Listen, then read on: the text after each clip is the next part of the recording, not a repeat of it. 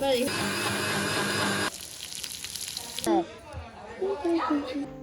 everyone, welcome back to my channel Afi's Lifestyle. இன்றைக்கி சேனலில் ஒரு ரெசிபி வீடியோ தான் பார்க்க போகிறீங்க. இது உங்களுக்கு யூஸ்ஃபுல்லாக இருக்குன்னு நினைக்கிறேன். வீடியோ ஸ்கிப் பண்ணாமல் ஃபுல்லாக பாருங்கள். வீட்டுக்கு போயிட்டு இந்த நேரம் தங்கச்சி எங்களுக்காக கப்சா ரைஸ் ஸ்பெஷலாக செஞ்சுருந்தா அதோட ரெசிபியை தான் இன்றைக்கி உங்களோட ஷேர் பண்ணிக்கொள்ள போகிறேன். அன்றைக்கி தங்கச்சி செஞ்ச ரைஸ்ட அளவு வந்து 750 கிராம்ஸ். அதுக்கு வந்து பேனுக்கு ஆயிலை ஊற்றி 2 ஆனியனை ஸ்லைஸாக கட் பண்ணி நல்லா வதங்க விட வேணும். அதோட வந்து ஜிஞ்சர் கார்லிக் பேஸ்ட்டையும் போட்டு அதில் பச்சை வாசனை போகும் வரைக்கும் நல்லா வதக்கிக்கொள்ளணும். அடுத்ததாக வந்து பட்டை, கிராம்பு, ஏலக்காய், சீரகம், மிளகு, அன்னாசிப்பூ இது எல்லாத்தையும் வந்து இதுக்கு நாங்கள் சேர்த்தணும். இது எல்லாத்தையும் வந்து எங்களுக்கு ட்ரை ரோஸ்ட் பண்ணி பவுடர் ஆக்கியும் இதுக்கு ஆட் பண்ணி கொள்ளணும்.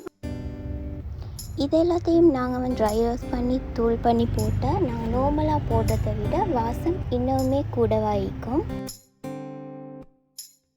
அதோட இதுக்கு 2 ட்ரை லெமனும் பிரியாணி இலையும் சேர்த்துக்கொள்ள வேணும்.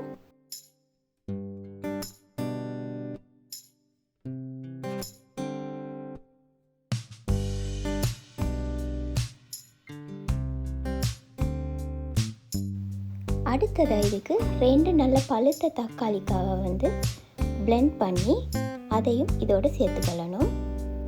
தக்காளிக்காட பச்சை வாசனை போகும் வரைக்கும் நல்லா அதையும் நாங்கள் வதக்கி கொள்ள வேணும்.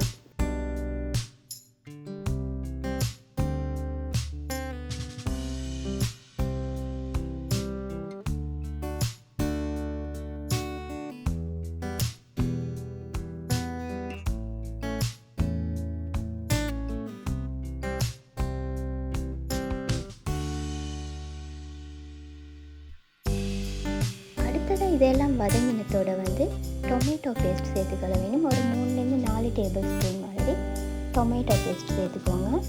இது வந்து ரைஸுக்கு நல்ல கலரையும் கொடுக்கும்.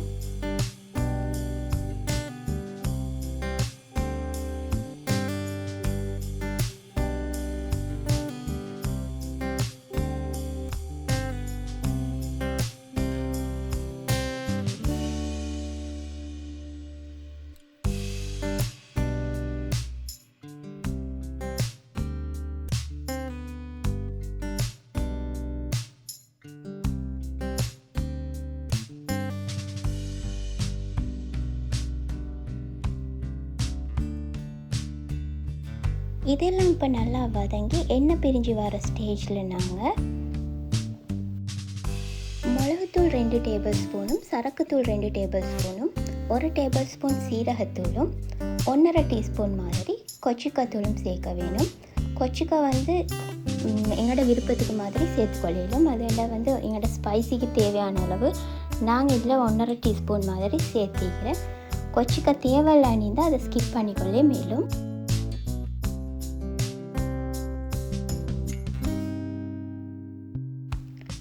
இது எல்லாத்தையும் போட்டு இப்போ நல்லா வதக்கி கொள்ள வேணும்.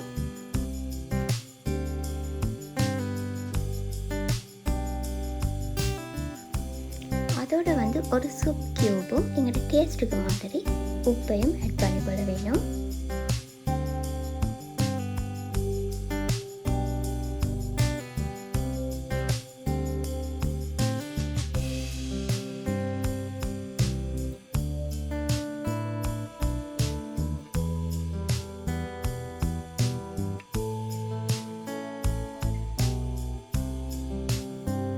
அடுத்ததாக நல்லா வாஷ் பண்ணி வச்ச சிக்கனையும் வந்து நாங்கள் இதோடு சேர்த்துக்கொள்ளணும். இந்த ரைஸுக்கு பொதுவாக பெரிய பீசஸாக தான் சிக்கன் போடுறேன். நான் வந்து சிறுசாக கட் பண்ணி போட்டுக்கிறேன். ஏன்னா இதில் சிக்கனை வந்து நான் டீப் ஃப்ரை பண்ணுறதில்ல, ஒரு ஷெலோ ஃப்ரை மாதிரி ரோஸ்ட் மாதிரி பண்ணுறதுனால இப்படி நான் ஸ்மால் பீசஸாக போட்டிக்கிறேன்.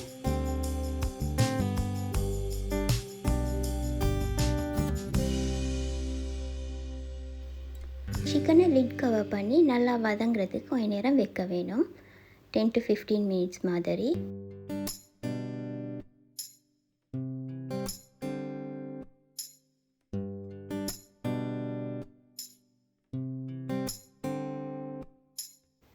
சிக்கன் நல்லா வதங்கி வந்ததோட எங்களுக்கு ரைஸுக்கு தேவையான அளவு மாதிரி நான் வாட்டரும் இதுக்கு ஆட் பண்ணிக்கொள்ள வேணும்.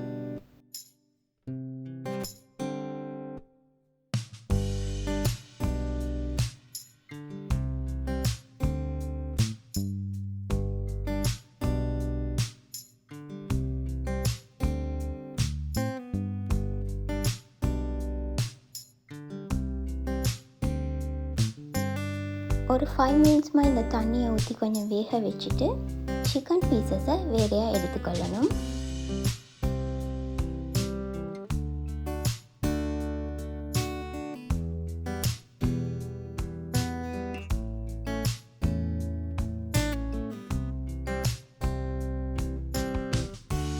அதோட வாஷ் பண்ணி வச்ச அரிசியை ரைஸ் குக்கரில் போட்டு சிக்கன் வேக வச்சு எடுத்த அந்த கிரேவியை வந்து ரைஸுக்கு ஊற்ற வேணும்.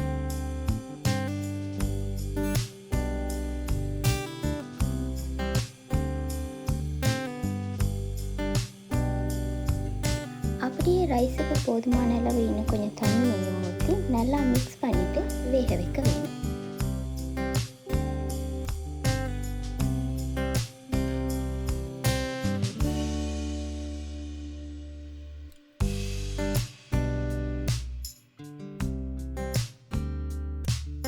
ஃபைனலாக ரைஸை கார்னிஷ் பண்ணிக்கொள்கிறதுக்காக ப்ளம்ஸ், ஆமண்ட், பீனட் இது மூணையும் போட்டு கொஞ்சம் நெய் போட்டு பேனில் நல்லா ஃப்ரை பண்ணிக்கொள்ளணும்.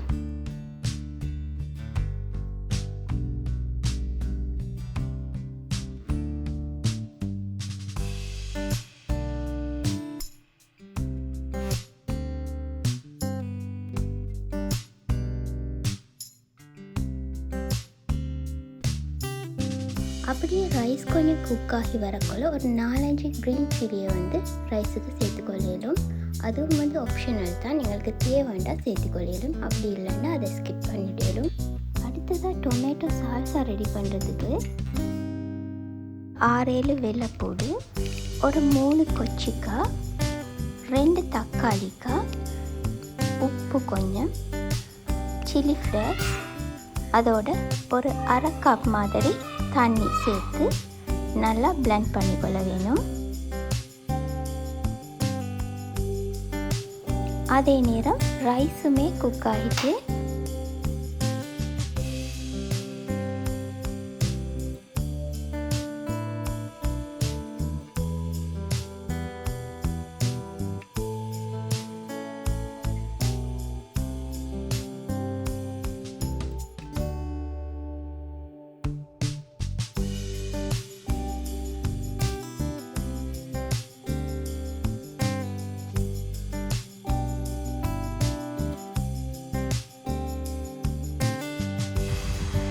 மாதிரி பிளெண்ட் பண்ணி எடுத்துக்கொள்ள வேணும்.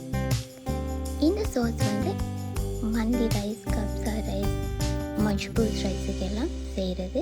செஞ்சால் கட்டாயமாக ஒரு முறை இந்த சோஸையும் ட்ரை பண்ணி பாருங்கள். இப்போ வந்து சிக்கனை ஃப்ரை பண்ணி எடுக்க போகிறோம். ஃப்ரைன்ஸ்னா டீப் ஃப்ரை இல்லை, கொஞ்சமாக பேனுக்கு ஆயிலை ஊற்றி 2 சைடும் போட்டு எடுக்க வேணும்.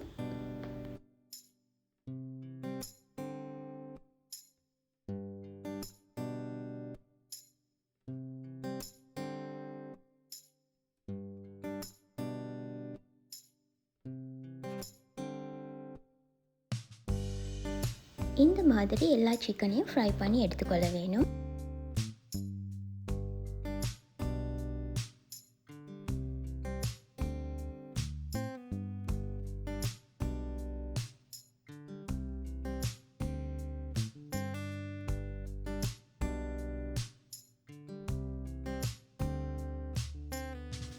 இவ்வளோதான், டேஸ்டியான சிக்கன் கப்ஸா ரெடி. கட்டாயமாக இதை நீங்கள் ஒரு முறை ட்ரை பண்ணிவிட்டு எப்படி இருந்துச்சுன்றதை கமெண்டில் ஷேர் பண்ணுங்கள்.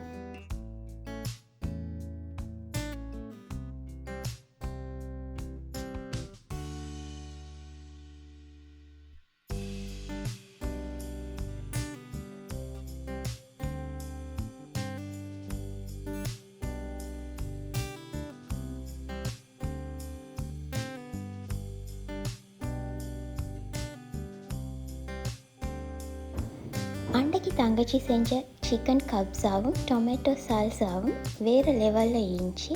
நல்லா என்ஜாய் பண்ணி எல்லாருமே திண்டோம். கிட்ஸுக்கும் மிச்சமே விருப்பமாயிருந்துச்சு.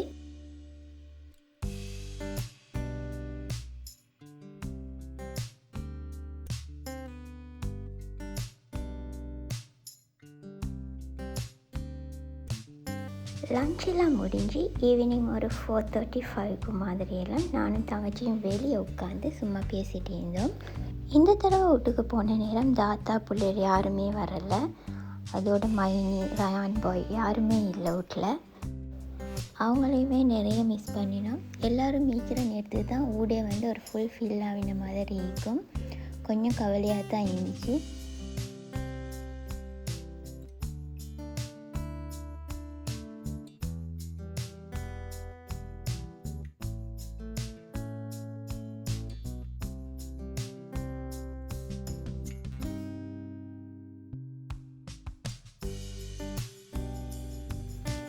அப்படியே வாப்மாவோட உட்காந்து பழைய கதைகள் பேசிக்கொண்டே அந்த ஈவினிங்கும் போயிடுச்சு.